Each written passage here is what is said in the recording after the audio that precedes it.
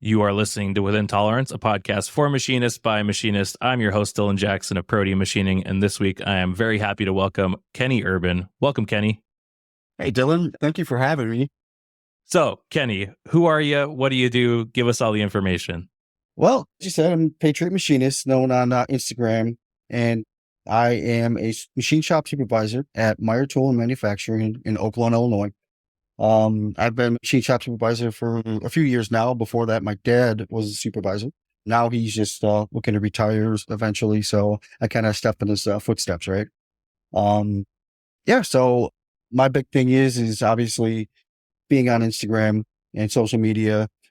You know, the whole idea behind that is to try to get kids into manufacturing.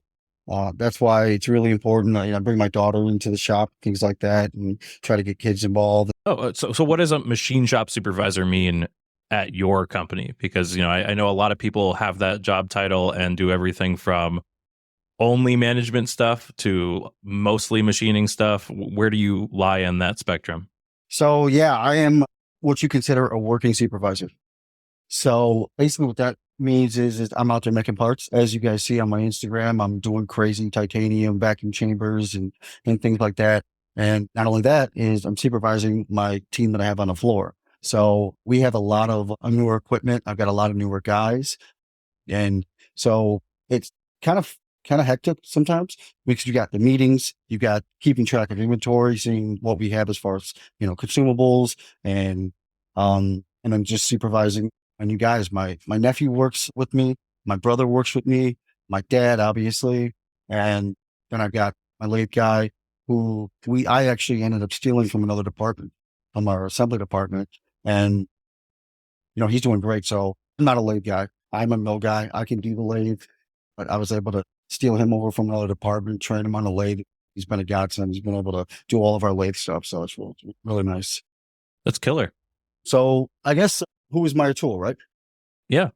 So Meyer Tool is a custom fabrication shop. We offer services in engineering, machining, welding, and assembly testing.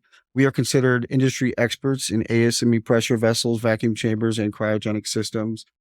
We started back in 1969 in a garage right in the same town that our building is right now. So we went from a garage to a 52,000 square foot facility. So yeah, we've got a big place. And that's because we've got multiple departments. We don't just do machining here. We do the assembly testing involves using helium spectrometer machines that will test our welds to see if they're leaking. They basically pump a chamber down under vacuum, spray helium around it, and if those helium molecules get through the welds, the machine will start screaming. So we got extensive assembly, welding. Our weld fabricators are doing exactly that. They're not just your typical welders. They're building things to print, and they're even welding things within 5 thousandths tolerance welding.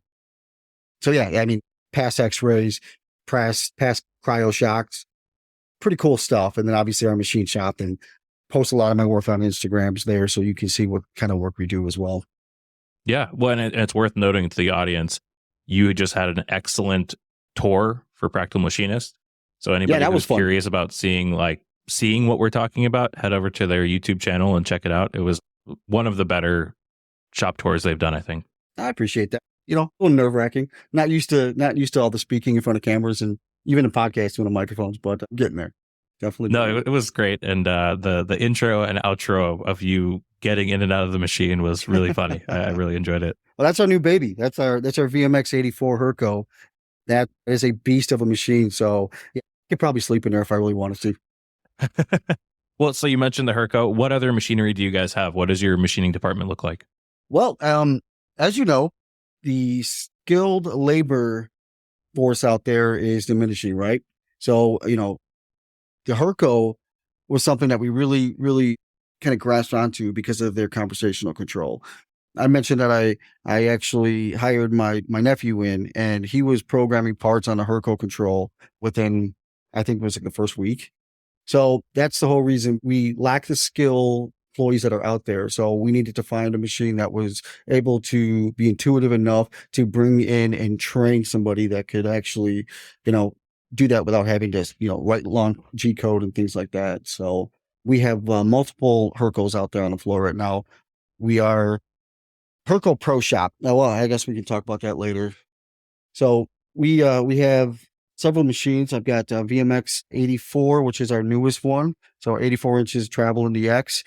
We have a VMX 42 SRTI. That was the first newer Hurco that we got. That is the swivel head 5-axis where you see in most of my videos. Hurco Lay TMM10. We also have a new VMX 30 UDI, which is a trunnion style 5-axis. That one is actually a beta machine. So being a Hurco Pro shop, I get to get all of my controls unlocked with all the latest options, all the latest features. We beta test all of the new control versions, and they're actually beta testing a 60-pot tool changer. So I got awesome. I got the option to be able they just gave me a call and said, hey, do you want to beta test this? And they dropped it off. We just had to hook it up. And so, we got a deal where we're going to buy it later, but at a discount, but it's pretty cool. And then, VMX 24, all my 3-axis mills have 4th axis as well. So pretty outfitted on that. And then Haas, we do have 3 Haas machines. We've got a Haas VF11. It's pretty old. It's like probably 1996. Still working. We do a lot of large platform stuff too, so we need the larger machines. Then we have a Haas SE35Y, live tooling Y-axis, 15-inch chuck upgrade. And we have a Haas EC2000. If I remember correctly, that particular machine, I think was an IMTS buy because there's like two in the world. It's crazy. It's EC without the rotary table built in. We have a secondary rotary, an optional rotary table that we put in.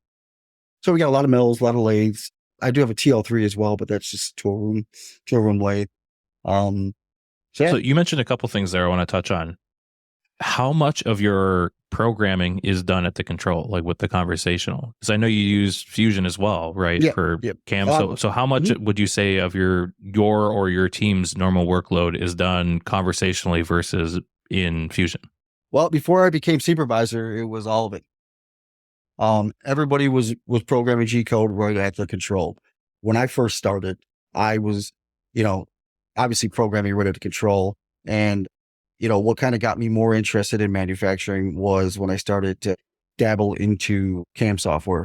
And so now I would say everybody on my floor has access to Fusion 360.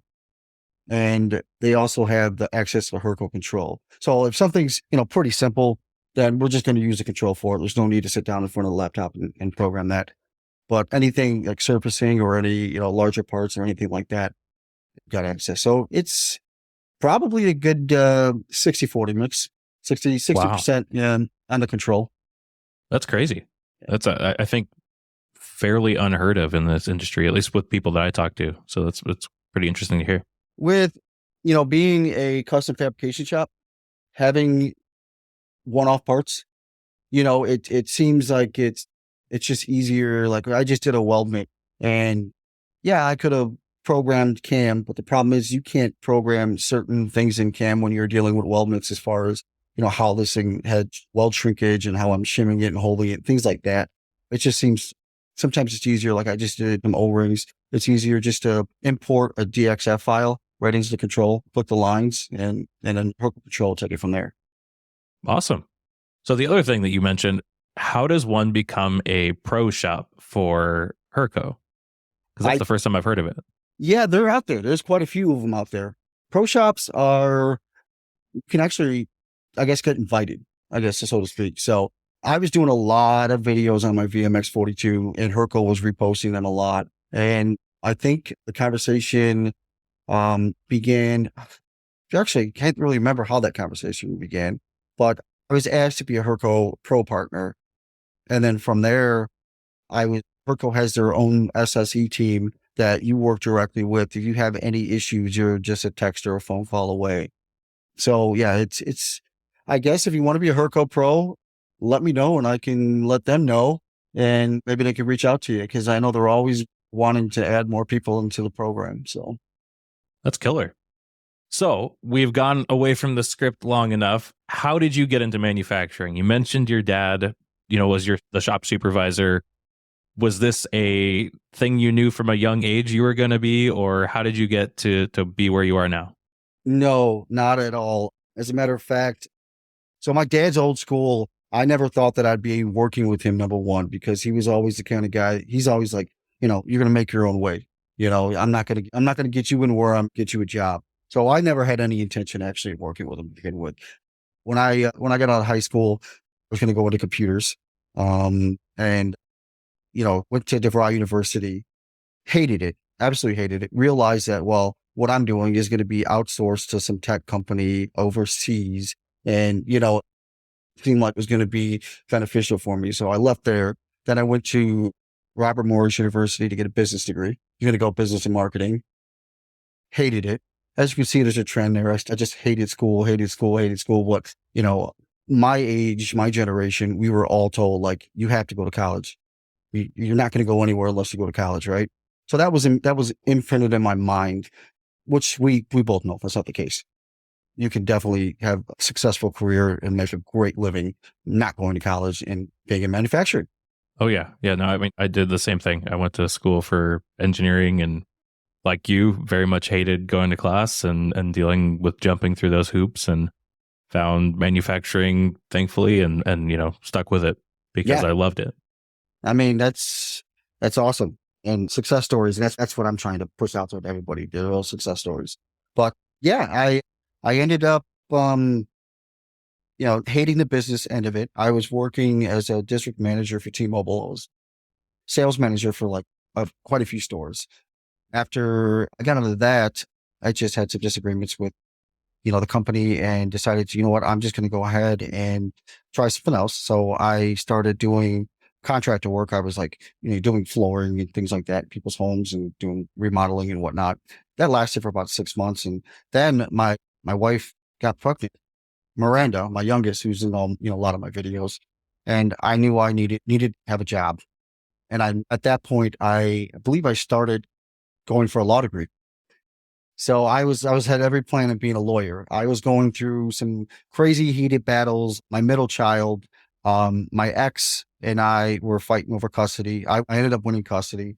My lawyer's like, you're really good at this. I was writing legal briefs. I was trying to save money. So I was writing the petitions and things like that, and then giving them to the lawyer. And the lawyer was reading them over, checking them all. Like I was almost like a paralegal at that point, just trying to save money. Right. And so wow. My lawyer, which became a friend now, my lawyer's like, you really, really need to think about a career in law. So that got juices flowing, because identity crisis. I went from, wanting to be in computers, wanting to be in business, sales, marketing. And then, so I really didn't know what I wanted to do. Right. But I knew that I had to go to college. So that's when I started going to Purdue Global University. It was online. At that point, I'd already had my wife, my stepson was obviously there, first previous, and then emergency custody of my middle child. So I had to do something, and I had to do something fast to make money. So I was going to school to become a lawyer. And, so I decided to go to my dad and say, hey, I was wondering if I could work with you. I need to make some money. Everything else is not panning out. So he brought me in, and reluctantly, let me tell you, he brought me in, and the first machine I ever went on was an old Deboig 3B48. It was old jig mill. And that's when I learned that if you cut aluminum dry with a cob rougher, you're going to melt it and make a pretty cool looking part. But you became a welder for that day. Yeah, a little stir friction welding, right? It was for a job for Blue Origin. We were making stiffener rings for fuel cells. Pretty cool stuff. So I've always been interested in what my dad does, but I never thought I was going to do it. Growing up, he would bring prints home. He built a draft table in his bedroom, so he was doing hand drafting and stuff. I had, always had questions like pick up an edge finder. Hey, what's this? Or pick up an insert that was burnt up and he threw in his pocket or something. What's this for? So, I always thought what he did was cool. And growing up, my dad has actually been at Meyer Tool for my entire life. So 36 years. So I've always been around. Company picnics, coming to the shop like I do with my daughter, and checking out things around here and finding out that all this part you made went on the Hubble Space Telescope, really cool stuff. So I always thought it was cool. That's why I gave it a chance to say, hey, do you think I can work with you? And yeah, he threw me out of the league. And then after, started getting the hang of things and understanding things, and threw me on our Giddings and Lewis boring mill that we still have.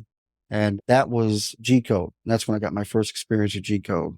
And prior to that, I programmed websites and things. So I think if you got a background of reading programs, reading code, and kind of translating it in your head, it can become second nature doing G code.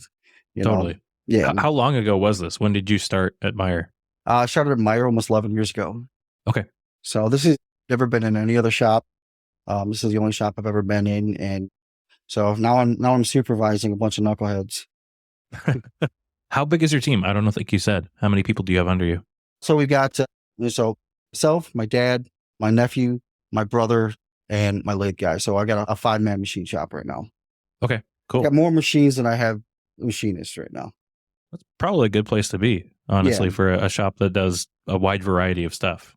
Right. Because I just don't keep one guy on one particular machine. We're bouncing all over the place. Oh, yeah. Yeah. And if you've got good people, which it sounds like you do, they can run more than one machine at a time, for sure. That is the plan. Absolutely. Well, very cool. We've got some questions from listeners. First up, Simon from Freddie asked, when will Miranda's door be finished with slaps covering it? And if it's not done, can everyone send in some for her? Let's get it covered. So why don't you let everybody know what's going on there? Well, all right. Originally, I had taken Miranda to IMTS, and I had left IMTS. I put in a raffle for winning a Quest VR from Hurco, and I ended up leaving IMTS that day, and I got a phone call maybe about 20 minutes after leaving saying, hey, you won the VR. Do you want to come pick it up? Well, I live in Chicago, right? So it's only a 20-minute drive from my home. So I had to pick up Miranda from school. Pick her up from school. We drive right back to IMTS to get this VR. Well, Miranda was really impressed with everything, walking around, checking stuff out. So after we picked up the VR, we walked around IMTS some more. She got to meet a lot of people and got a lot of stickers. So I told her to keep the stickers off of her door and her walls. And I thought she was, abiding by that, right? So a couple of weeks ago, wife and I were working on some stuff in her room, and I go and close her door, and she put all of those stickers on the inside of her door. Oh yeah. So of course, you were supposed to do that. I took a picture of it and threw it up on Instagram, and I said, congratulations if you guys made Miranda's door. So there was Chip of the Week. There was, I think, CNC Repairman here, and there was, let's see, I want to say, oh, she's actually hearing me right now. She's showing me the picture. So we had CNC Repairman. She had some of my stickers up there. She had Brandon EDC Outlaw. A-Bomb was on there. So I guess Simon was kind of hurt that he wasn't on there. So he shot me some stickers right away. So we put another video up and ran on there. So is Miranda's door finished? Probably not. So if anybody wants to send some stickers, I know she is going to be definitely excited to slap them on that door. All right. That's great. Speaking of Miranda, one of your Tim asked, let's hear about the youngster in the shop. I'm curious to see how things play out long-term with his daughter. She's been exposed to a lot, or because his daughter, she's been exposed to a lot, but at almost 16 isn't focused on much more than ballet friends and her new stupid boyfriend. So what's the goal with keeping your kids involved in your job, and where do you kind of hope that goes? Well, I do know that trying to make sure that the youth is exposed to manufacturing is definitely important. I know my entire life I was exposed to it, coming to the shop with my dad, things like that. And so kind of passing that tradition on, Miranda has came to a serious liking of it. And I hope she does continue to pursue that. That would be great. I would love to be working next to her one day as a female machinist, because we know there's not that many out there. So that'd be really cool. She likes it. I know she really liked when Simon called her Patriot Machinist Junior. So she's definitely looking forward to that, earning that title. That's awesome. Yeah, I think that even if they don't go into it, like having more people in this world that know how things are made and know that everything doesn't just get spawned at the Amazon warehouse and then show up at your door is kind of important. Yeah, So I really appreciate that you're doing that. Yeah, absolutely. I showed her a Bridgeport this morning, and told her not everything was all done on computers. So yeah. Awesome. Let's see. Tim's other question was, what's the smartest thing you've done in business and in life, and what is the dumbest? Well, okay.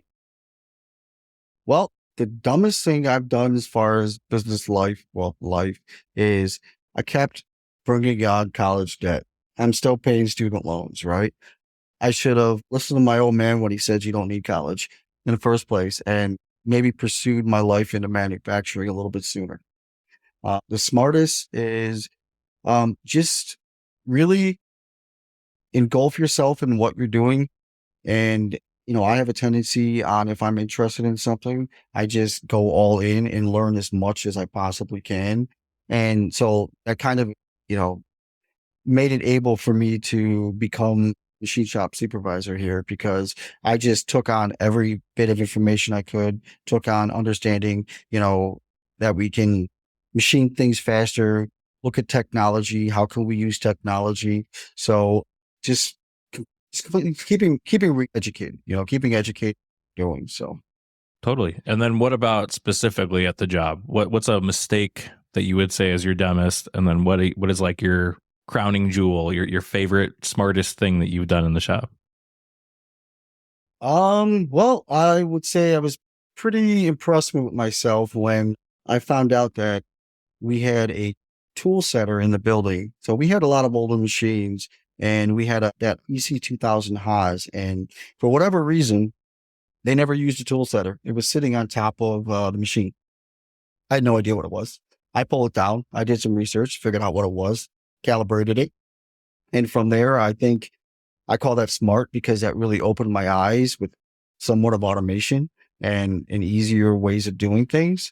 And so just being curious at work. And again, I think that was the smartest thing I ever did, was really get into that and get into CAM, because it really changed the trajectory of machine shop since then. And that the worst thing or dumbest thing I've ever done, I got written up for blowing up a Mountain Dew water, a Mountain Dew bottle with an air hose. I don't know. right when we had customers in the building, we were doing an ASME pressure test on the other side of the building, and I'd blow off a Mountain Dew bottle. Oh my goodness. Like that, the worst possible time you could have done that too. It was pre-supervisor days, so. Let's see. John at the Shop Incorporated asked, what's your favorite thing about your Hurco 5-axis? Does it have the interrupt features like the older controls? And I want to expand on that. Let's talk Hurco in general. Like, what do you like about them? Why do you guys keep buying them? I don't think that they're as widespread as a lot of these other machines. Mm-hmm. And so I don't know much about them. Yeah. Well, first part of the question, the interrupt button. Yes, all of the machines, even the lathe, had the interrupt button. It is the greatest thing in the world, as long as you're not doing a dovetail. So what happens is you hit the interrupt button, and the machine will retract and move out of the cut. And you can move the machine around anywhere you want on a 5-axis. You can move all axes. And then when you go and resume that program, it will bring everything back to where it was originally and go right back into the cut. So that's super cool. It is very cool feature to have. So yes, all the machines do have that. As far as Hurco in general, like was mentioned before, let's go back to why Hurco. Number one, we had an old Hurco MB1. We just recently got rid of that machine. I want to say 4 years ago. That machine was a workhorse. We abused it. And the only reason why we got rid of it was because the screen, it was starting to go out on that. Instead of retrofitting a new LCD or something, an old tube monitor, we decided to go ahead and upgrade to our VMX24. The control is very intuitive. If I want to do mill a circle pocket, it's as simple as going to the mill menu, circle, tell it I want to do a pocket, put the diameter. It's very intuitive. So, like I said, my nephew was able to start programming parts after a week of learning on the Hurco control. So we like it because when there comes a need to do more hiring and the labor force out there is not qualified, it's very easy to train them on that. The machines are excellent machines. I get great surface finishes off of them.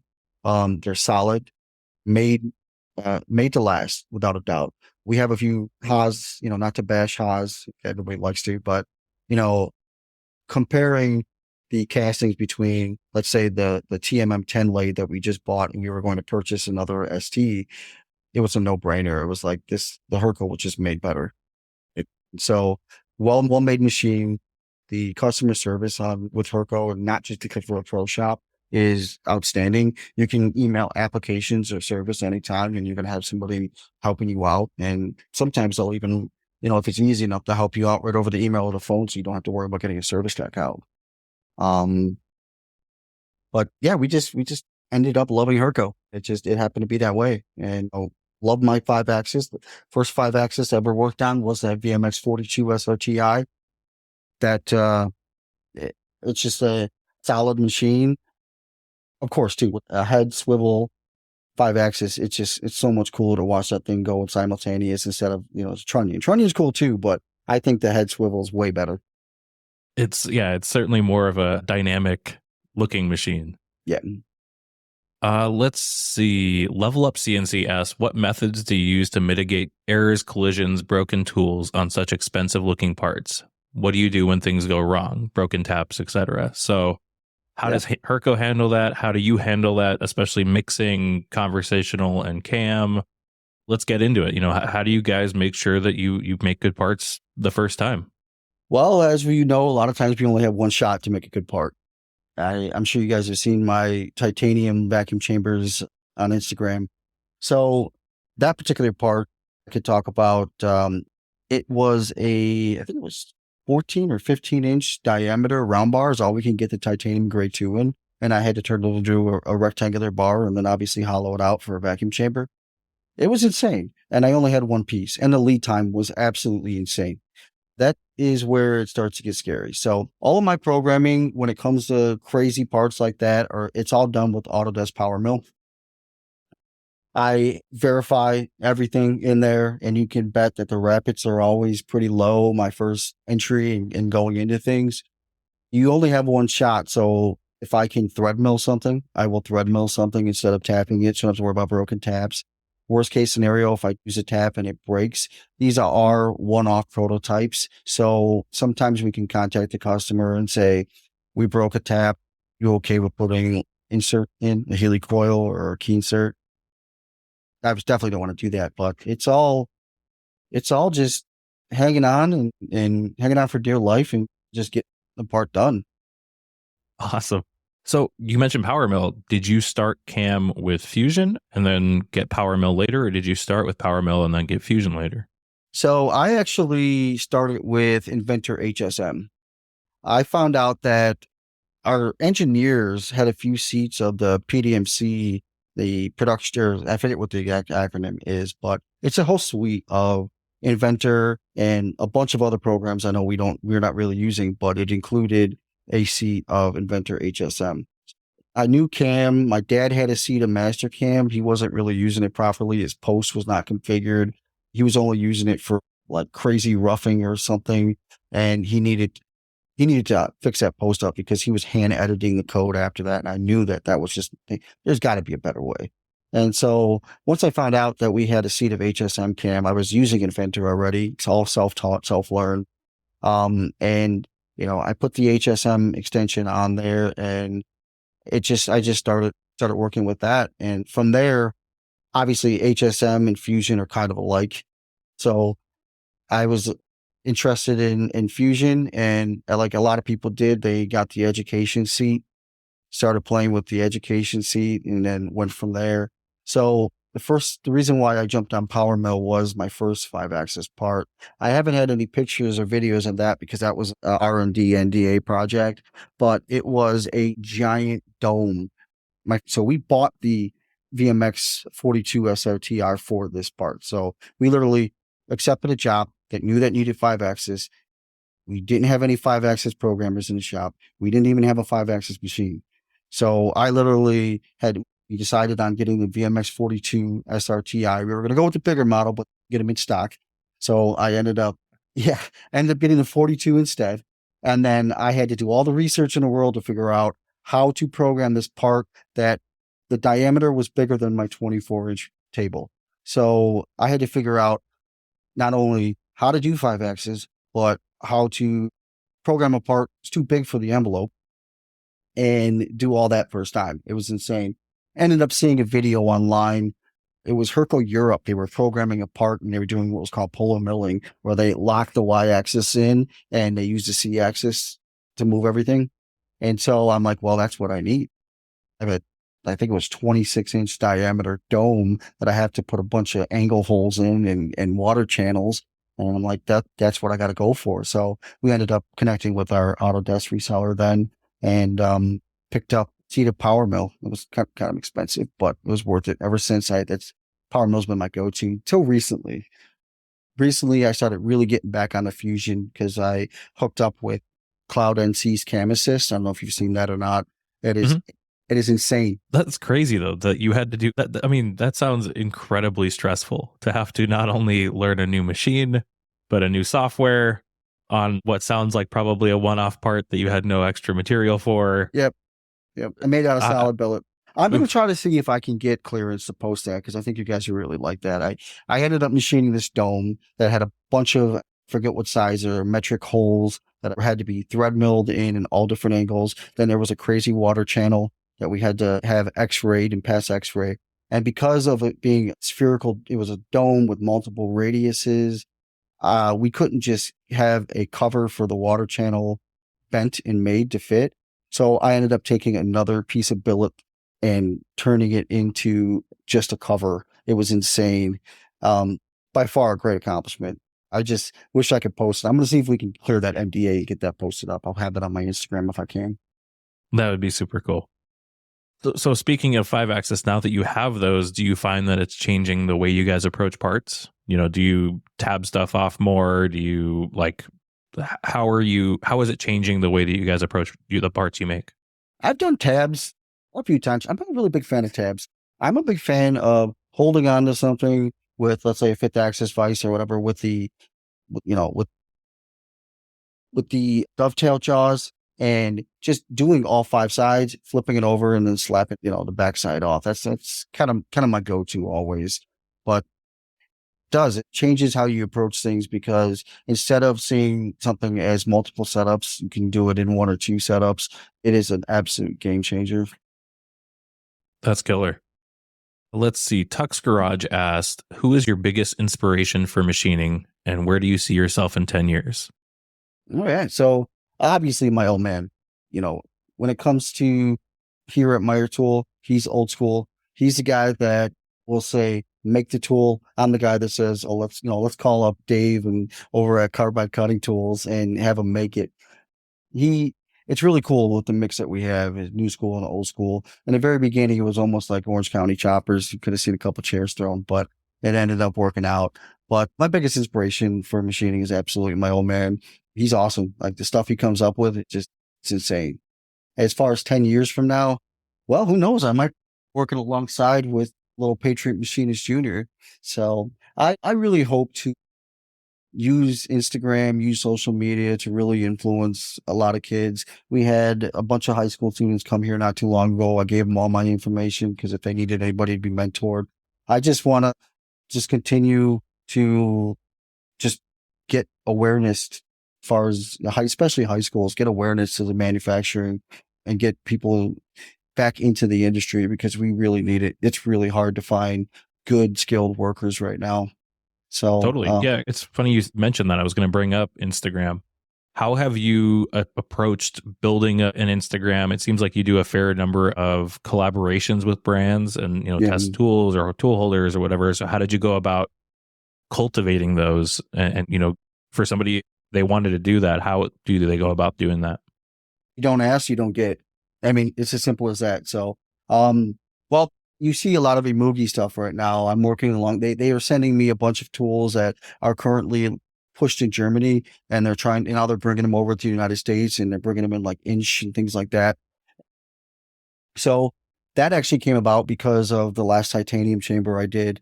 That was same part, and I needed the right tools for the job, and I knew that anytime I was tapping something like titanium, I would always tap with a Mugi. Everybody knows, oh, that's really hard to tap with. You got to buy the expensive Mugi tap, right?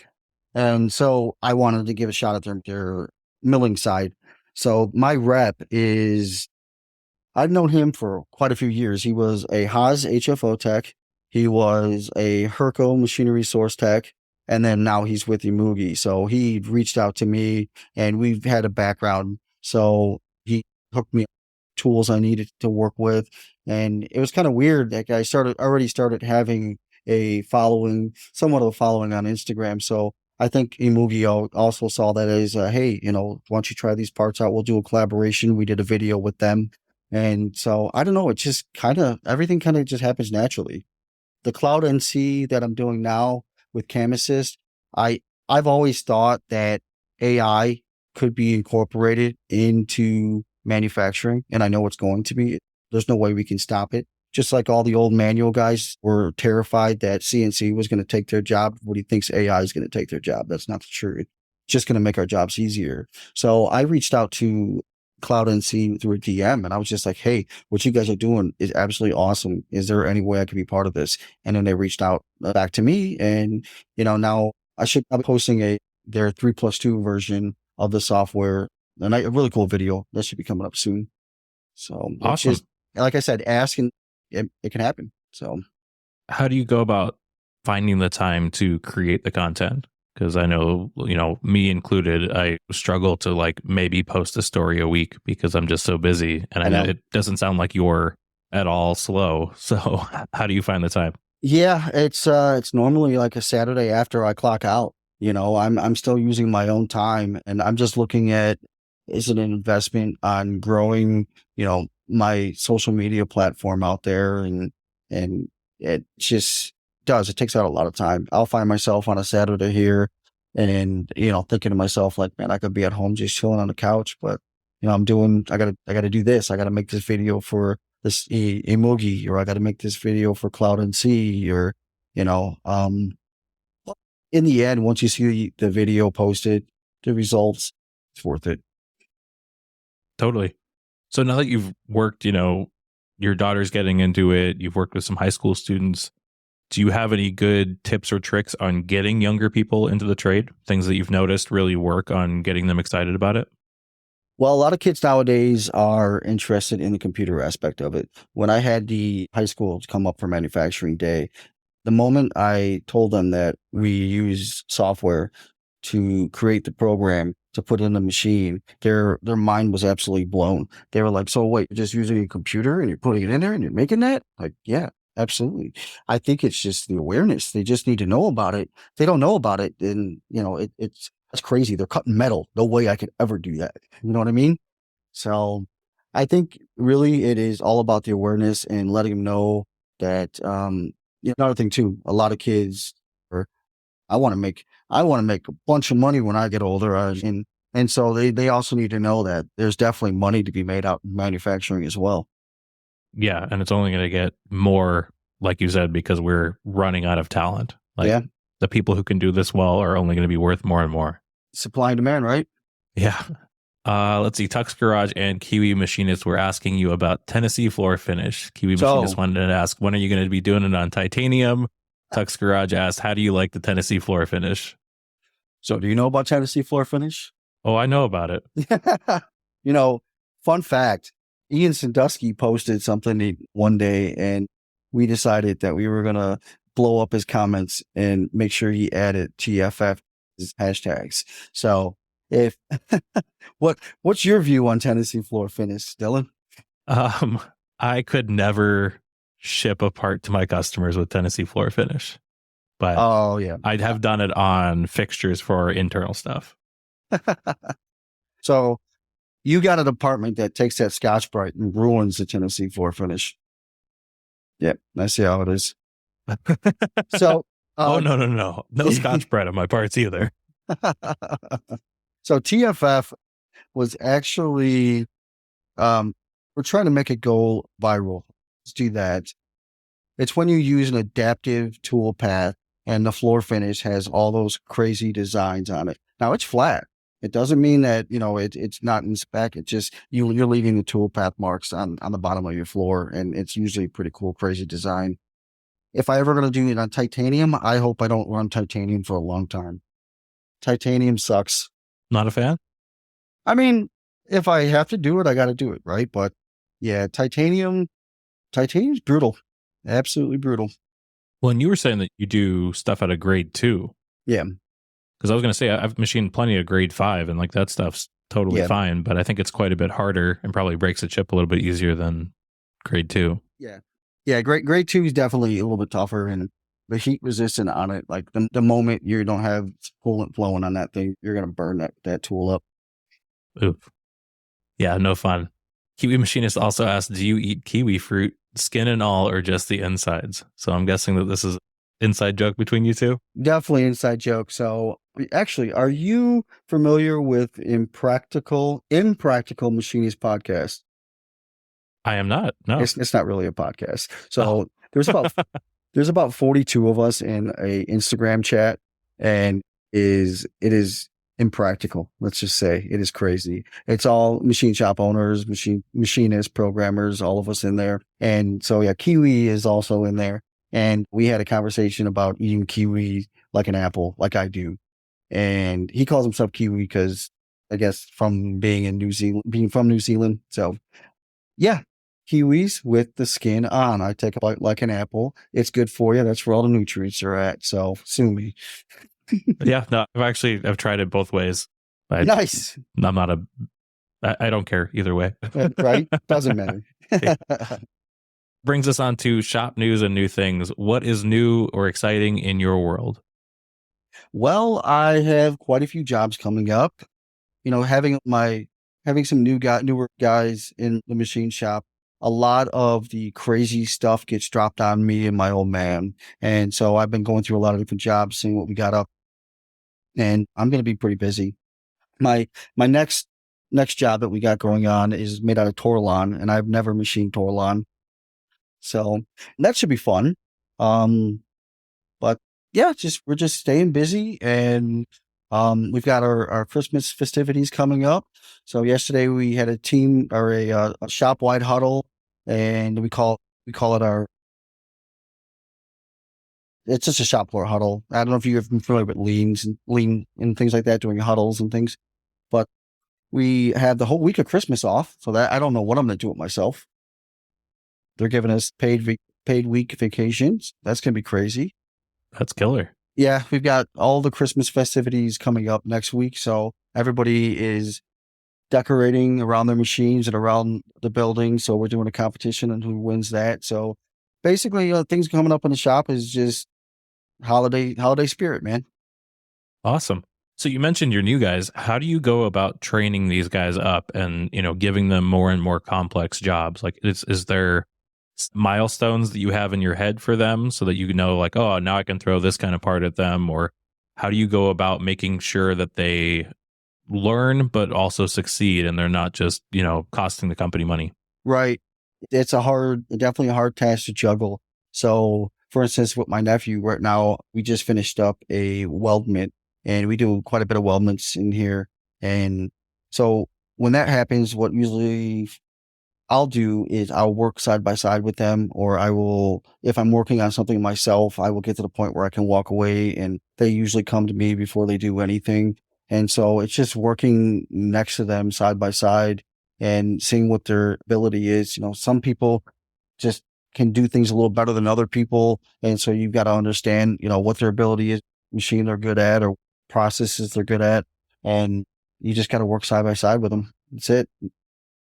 How does the company go about costing jobs like that? Like, if it's going to a trainee or somebody who's less skilled, are they taking that in mind when they're quoting it and, quoting a longer lead time or more money, knowing that both of you are going to be working on it? Or, how does that work? Yeah. Normally what they'll do is they'll charge them the training for half of it. So half of their time is going to go towards, training, which is overhead. And the other half is going to go towards the particular job. We also, when we quote jobs, we've got machine high, machine low. So what'll happen is obviously my dad or myself we know we're going to be on that job. be quoted as machine high at a higher labor cost. Machine low will be somebody who's still training. So that way they can take that little bit of extra time, but not affect the profit. Okay. And then how do you go about starting a new machinist? Like, what is the first thing that you start training them? Is it G code? Do you have them work on manual machines? How do you bring somebody up to be a competent machinist? Throw them in the water and tell them to swim. So yeah, really depends on the individual. If they've got some kind of background in something, my nephew, when he first started, we started throwing them on the smaller stuff, doing manual lathe, we had a track mill. So doing the track mill and things like that, and then kind of working your way up. And now I got them on the 42 5-axis. So, yeah, you just got to start them off with the smaller, easy stuff. And as they learn, what a cut's supposed to sound like, what every tool is used for, things like that, you can start putting them on more riskier adventures. Okay. How does the Hurco control handle collision detection and things like that? Do you give it solid models of your tool holders and fixturing and all of that? Or is it kind of just, you have to watch and be careful? Just like any machine. I mean, unless you're using CAM, you don't have collision avoidance. So it's the same deal. Turn your rapids low, have your retract clearances up high enough, things like that. And I mean, crashes are generally pretty avoidable as long as you're sticking with it, watching it. And yeah, so. Are there any rules of thumb you guys have on your 5-axis to avoid that? Certain riser heights that you have to do and tool lengths and things like that so that, they know that they're somewhat set up for success? Well, kind of, sort of. Right now, because my nephew is on the 5-axis and he's learning it with him step by step, so I kind of know what's going on, and he'll learn as we go. That's there's obviously we've got a rock lock base in there for our tool setter, which he has already smashed once before. No. Yep. Thank God for the Renishaw replacement program. But yeah. It's just for a little while, I was putting a comment in his programs, make sure to take out the tool setter.